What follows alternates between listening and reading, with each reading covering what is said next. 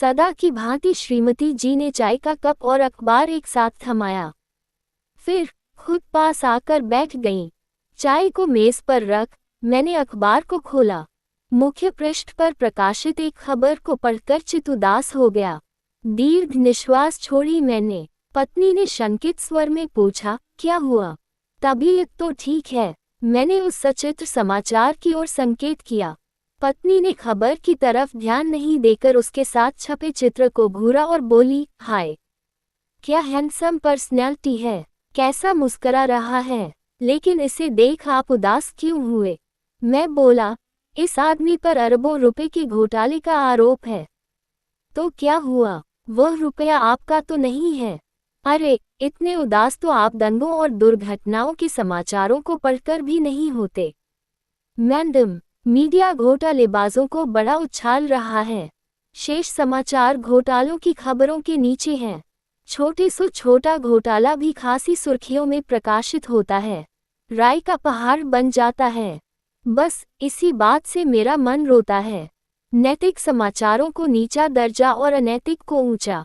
सोच रहा हूँ कि एक घोटाला मैं भी कर दूं। दैया रे, पत्नी बोली, नौकरी पेशा होकर कैसी बात कर रहे हैं आप? ऐसा सोचना भी पाप है। आप फंस गए तो हम कहीं के नहीं रहेंगे। ऐसा कुछ नहीं होगा। हाँ, पूछताछ और गिरफ्तारी जैसी कुछ एक प्रक्रियाओं से अवश्य गुजरना होगा, लेकिन हमारे कानून में बच निकलने की अनेक गलियां हैं।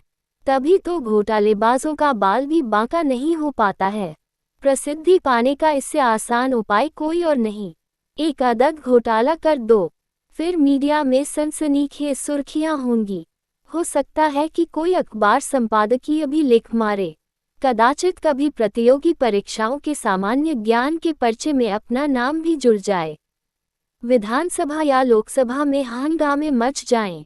घोटालेबाज की पांचों उंगलियां घी में हुआ करती हैं, मैडम। इससे पहले पत्नी कुछ कहती, मित्र ठेपीलाल नमूदार हुए। मैं उमंगपूर्वक बोला, आओ भाई आओ, बड़े मौके पर तशरीफ लाए हो। आज भाभी से बड़ी घुट घुट कर बातें हो रही हैं। मैं 2 मिनट से खड़ा हूं और आप लोगों को मेरे आने के आभास तक नहीं है। ठेपीलाल सोफे पर पसरते हुए बोले। मैंने कहा, अठेपी भाई, कई दिन से एक कीड़ा मेरे दिमाग में कुलबुला रहा है। घोटालों के इस दौर में क्यों न एक घोटाला मैं भी कर डालूं। मैंने अखबार अठेपी की ओर ठेलते हुए कहा, ये देखो, इस घोटालेबाज की खबर कैसी प्रमुखता से प्रकाशित हुई है। अठेपी ने एक उल्टी निगाह समाचार पत्र पर डाली और बोले, इसके बारे में कल रात इलेक्ट्रॉनिक मीडिया विस्तार से खबर दे चुका है। बहरहाल, पहली दफा तुमने अक्लमंदों जैसी बात की है। मैं तो कब से कह रहा था कि नाम कमाना है तो ये लेखन वेखन का चक्कर छोड़ो और अपनी प्रतिभा को किसी दूसरी दिशा में लगाओ। साहित्य में कैसा भी बड़ा काम कर गुजरोगे तो 2-4 पंक्तियों का समाचार छपेगा, गिने चुने लोग उसे पढ़ेंगे। और अगर एक छोटा सा घोटाला भी कर डालोगे तो कई दिन तक मीडिया जगत तुम्हारे पीछे हाथ धोकर पड़ जाएगा और तुम्हारे इतने गीत गाएगा कि देश का बच्चा बच्चा भी तुम्हें जान जाएगा। फिर सुझा ही दो, घोटाला करने का आसान सा कोई उपाय। तरीका ऐसा हो कि सांप भी मरे और लाठी भी नहीं टूटे, यानी कि नौकरी भी सही सलामत रहे। फिक्र मत करो मित्र, मैं एक घोटाला किंग को जानता हूँ।